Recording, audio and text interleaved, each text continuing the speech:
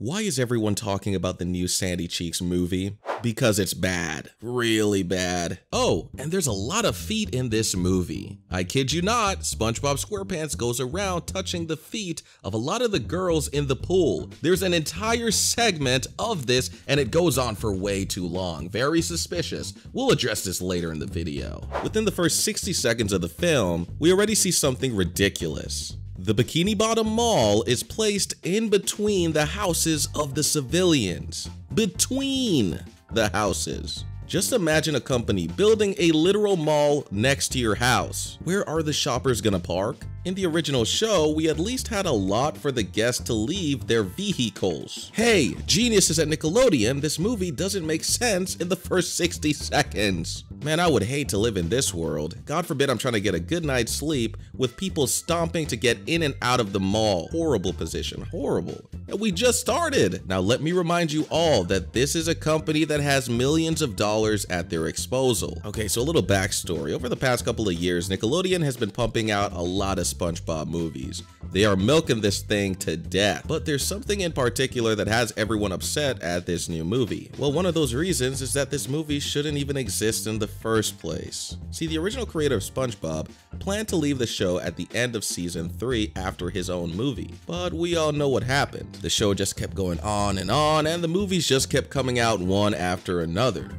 Anyways, we start off the movie with a song from Sandy, and I can see that the animators tried with some cool choreography and camera angles, so shout out to them. But unfortunately, that's where the praises of this movie are gonna come to a halt. Anyways, Sandy needs to save Bikini Bottom and go to Texas. A place I ain't been to in a while. A place I once called home.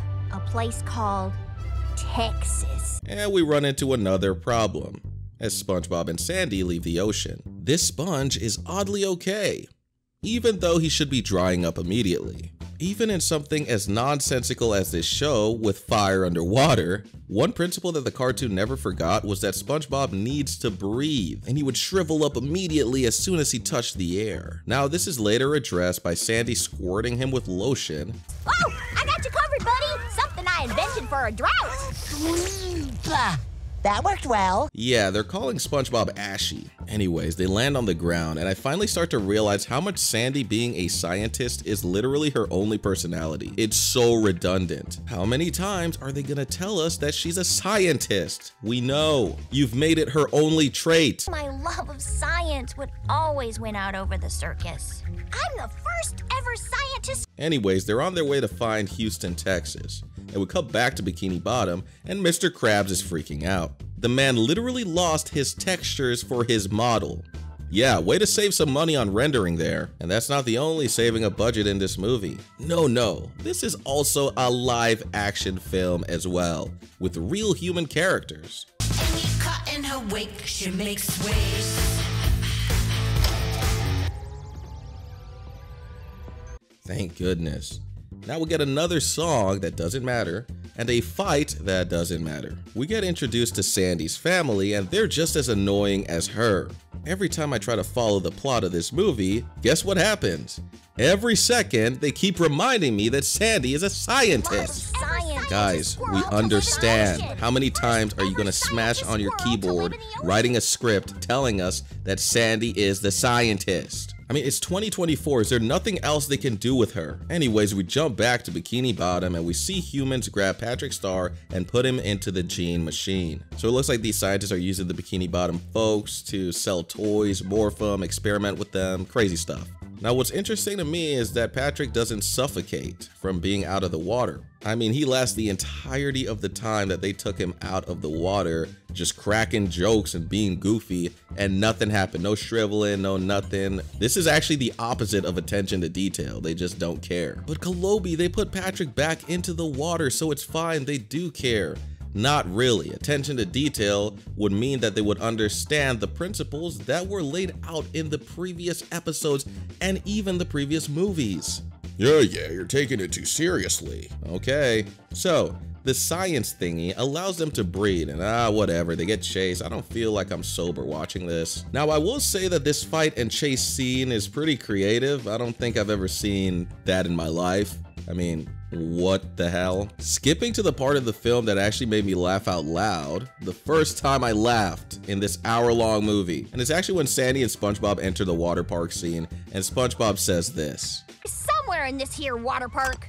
Ooh, I've got a great idea for Bikini Bottom. Air Park. Whoever wrote these jokes needs a raise, because that was actually funny, legitimately. It wouldn't be a Nickelodeon property without the touching of fate. At first, I thought this was innocent. Then I realized that's the same thing I said about iCarly and Victorious when I was a kid.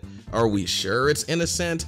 Did Mr. Schneider work on this? I seriously cannot believe they dedicated an entire segment of SpongeBob tickling the feet of everyone in the pool with all the controversy that happened this year. Are they crazy? It's like the writers were like, you know what? People forgot about all that foot stuff and all the bizarre and all the depravity and accusations. You know, people forgot about that. People are talking about Mr. Beast now. They don't care. Now, who wrote this segment in is the question. And is it innocent? Now, as crazy as it is to say this, there actually might be a possibility that this could be genuine. They just wanted SpongeBob to swim around and tickle people's feet. There's nothing wrong about that on the surface. Anyway, Sandy and SpongeBob gets chased by a dog, and if that dog starts beatboxing, we're cooked. Now, there's something interesting in the background. There's a little girl holding SpongeBob, Mr. Krabs, and Gary. But I want you to look at this very carefully because something is really wrong. Like, why is this so poorly cropped? Her hand placement doesn't make any sense. And it's funny because the eyes of the girl and SpongeBob aren't even looking at each other. Like, who is in charge of the layout? This stuff doesn't make any sense. Ridiculous. Anyways, Patrick gives SpongeBob a huge lick, which is odd and strange. I know in the original cartoon it was not literal, but now it's a literal lick. Ugh. Anyway, Sandy makes her way to fight the villain. Squidward announces that he wants someone to kill him. A legion of SpongeBobs?